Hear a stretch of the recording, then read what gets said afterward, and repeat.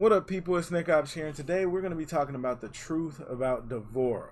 Now, Devora is a character that is not talked about a lot, and people don't really bring up this character, so I thought it was a perfect time to talk about her.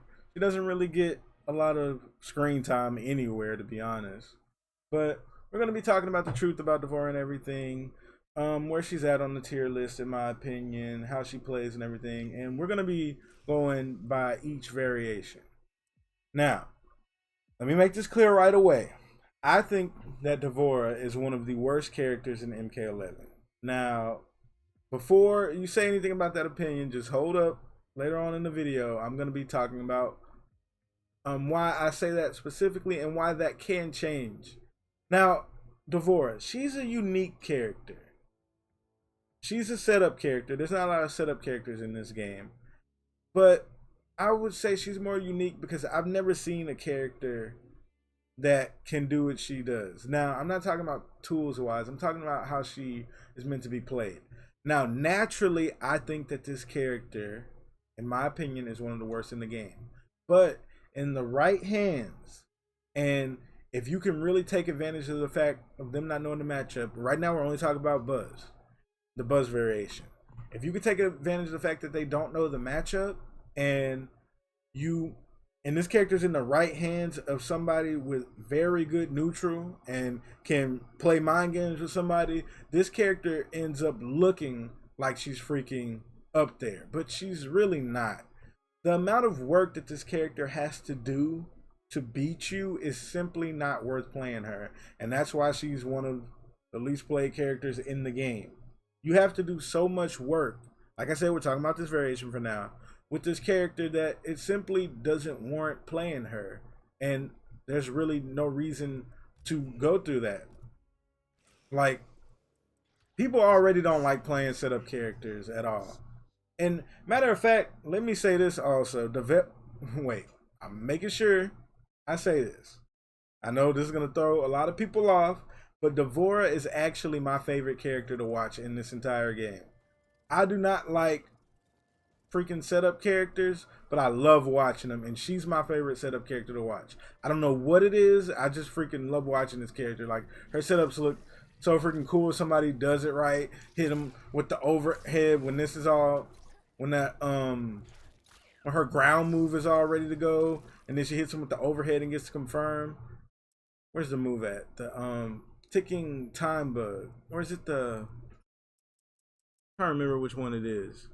The one where she sets out the bugs and they all go at you. Now, I'm not, a lot of people are probably going to be like, wait, hold up. He's talking about Devora and everything, and he don't even have her moves memorized or anything.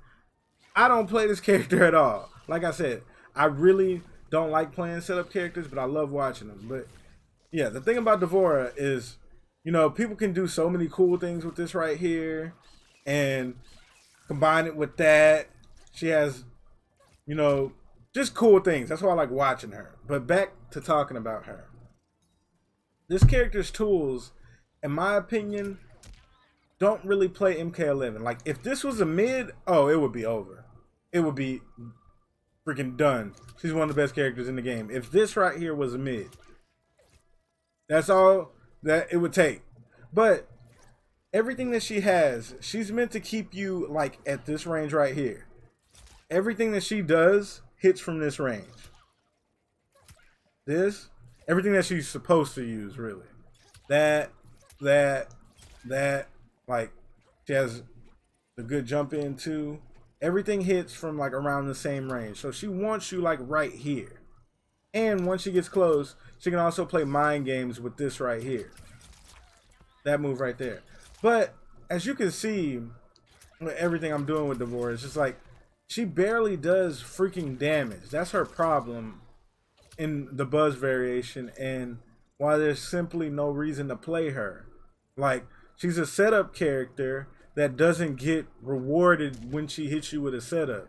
She hits you with a nice setup, and she's getting, like, if she gets a really good setup going, she could probably get around 35 to 40% if she gets everything going, and it costs her a lot of meter to do that. Meanwhile, you know, you got Joker over here hitting you with some dumb damage and knocking you down, and you gotta hold something. But yeah, I do currently feel like Joker is the best setup character in the game to play. And if you're playing Buzz Devore, you could just play Joker, because you have to do so much work with her, to the point, like, why would you do it? Why would you put yourself through it? If you just simply like Devora for liking Devora, which I don't understand why, you can do that, obviously. But if you just play Devora because you like pressure, then, I mean, not pressure, setups, then there's no way, there's no reason to play her for that, because her setups are amazing, but the damage is so lackluster that it's just not worth it. That's basically what Buzz comes up to. Now, like I said, in the right hand, somebody can make this look good and take advantage of the fact that most people don't know the matchup. But besides that, it's just not really viable.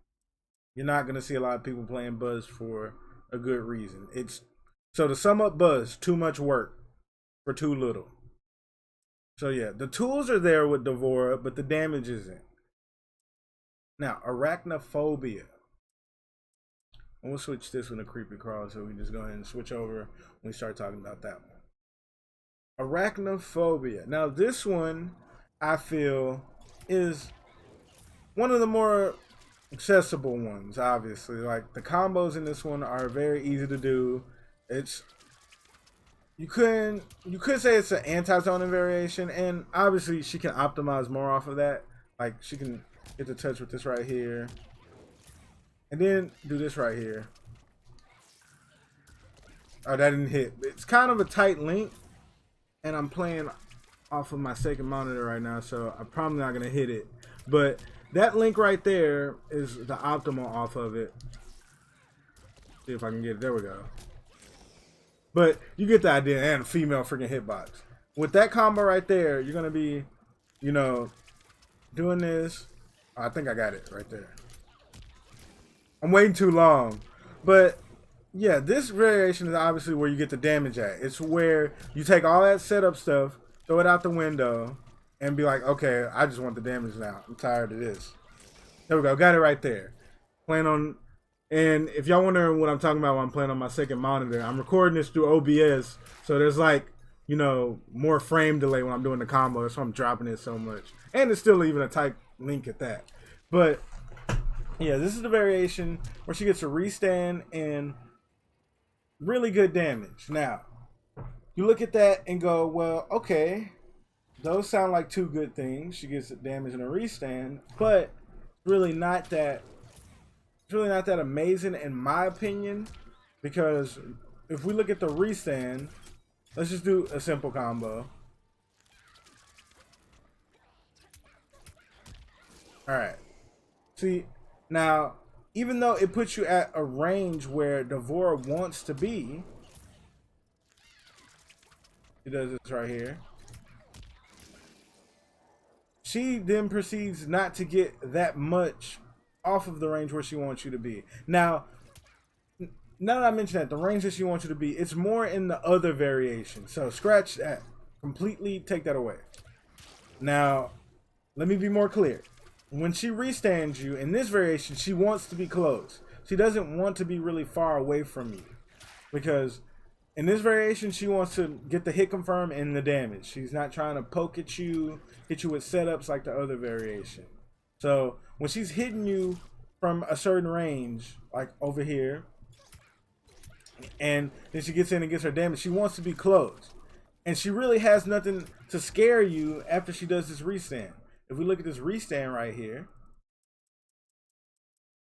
it is only +4. Now, that wouldn't be horrible. That's actually not horrible that it's +4. The horrible part is, as you can see right here, like I said, we're doing an easy combo because I'm playing on the recording screen. I should be playing on the main screen, but ain't a big deal. There we go. Look at that range.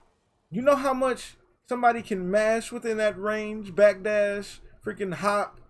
You're not getting much off of that range. You're not. And the thing that you want to do the most, matter of fact, let's set Devora to just hold up.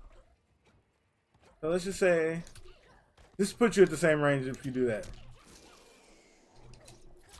You would want to get something like that off that range, but that move is too slow to really complement that.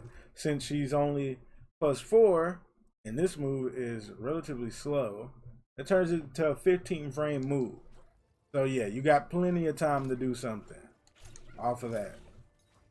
Now, this variation is still really good for anti-zoning, but besides that, if you want a good breeze-stand character with good buttons and freaking decent damage, play Cassie. Like I said, there's really no reason to play this character. And then Creepy Crawler, it's really not worth talking about that much, even though I think it's kind of slept on because it's good and it has its place. Like, all the people that played Melina should pick up Creepy Crawler. Like, honestly, that character is so freaking, that variation is so freaking random and good. Got them 50-50s and everything. It's surprisingly not played a lot. Now, I say surprisingly because people who have that crazy playstyle tend to flock to characters like that, but they haven't flocked to Creepy Crawler yet. I wonder why. Now, I know I said this character is one of the lower play characters, but I'm still surprised that people haven't flocked. The crazies, you know, the people that just play wild and flock to Creepy Crawler yet. But that's basically D'Vorah, everybody. When we sum up this character, there's really no reason to play her for the most part. I personally feel she's one of the worst characters in the game. And I just don't, like I said, I just don't think that there's any reason to play her, and she doesn't really have her place like that in this game. You want to play a setup character? There's better setup characters. You want to play a pressure character because she kind of has pressure in a way off of some things, like with the staggered mind games and that right there. But there's better pressure characters. You want to play a restand character? There's better restand characters. You want to play a damage character? There's better damage character. There's literally no reason in this game to play D'Vorah at all, like no matter what. But yeah, everybody, that's basically D'Vorah. I hope y'all enjoyed the video. This was the truth about D'Vorah. Don't forget to like, comment, subscribe. Check out my Twitch and my Patreon. And I just rehauled my Patreon and everything. There's some new rewards. Click the link below if you want to know. And Nickopz out.